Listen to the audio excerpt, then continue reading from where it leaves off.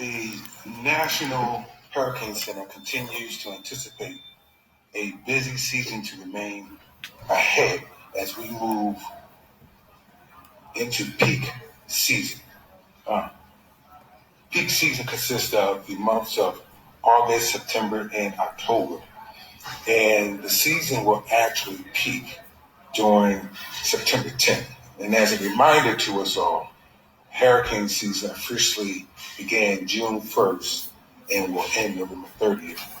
Now is the time to be vigilant in our preparedness activities, ensuring that we have enough supplies on hand for at least 3 days as the season begins to pick up. Mr. Lawson is going to speak a little bit more about those resources momentarily.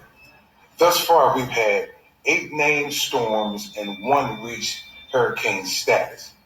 Mid-season projections continues to be above average, with 15 to 21 named storms, which includes the 8 that have already developed, 7 to 10 hurricanes, and of those hurricanes, they are forecasting 3 to 5 major hurricanes, which will consist of categories 3, 4, and 5. Now, as you prepare for the remainder of this hurricane season, we encourage you to also check your smoke detectors, as the mayor has just indicated. If you need assistance with your smoke detector in hurricane preparedness activities, contact Richmond Fire at 646-2500, 646-2500.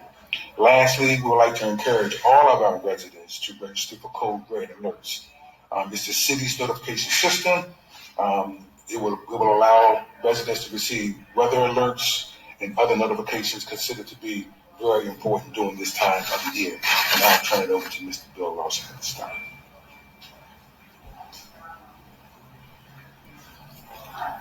Thank you, Anthony, Mr. Mayor, Dr. Bray. What we want to do is kind of talk about what folks can do to be more prepared for an emergency. We like to use that phrase, who depends on you, right? Who's in your family? What's your family unit makeup? Build an emergency kit. We all have stuff in our pantries and in our closets that would fill that emergency kit.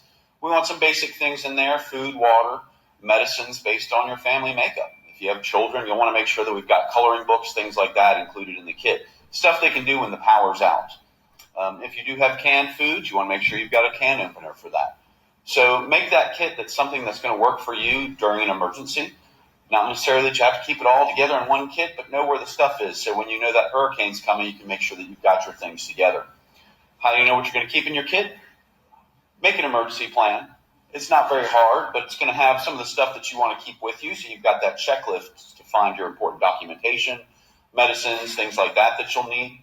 It'll also have that way that you communicate as a family. So if there's damage to your home, where can the family meet?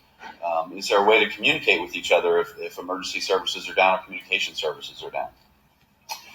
We also want to make sure that we stay informed. So having a weather radio is great, but everybody nowadays carries around their cell phone. So make sure you have a weather app that's going to alert you to any incoming storms, stuff that you can look at and follow, as well as learn terminology and things like that go along with that. The difference between a watch and a warning for a hurricane.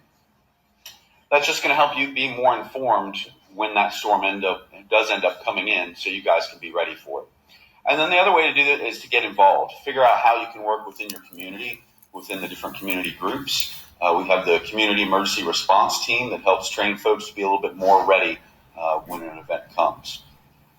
With that, we just like to say, who depends on you? Make sure that you've got a kit and a plan, and that you are informed and ready for any of the emergencies that come to the city.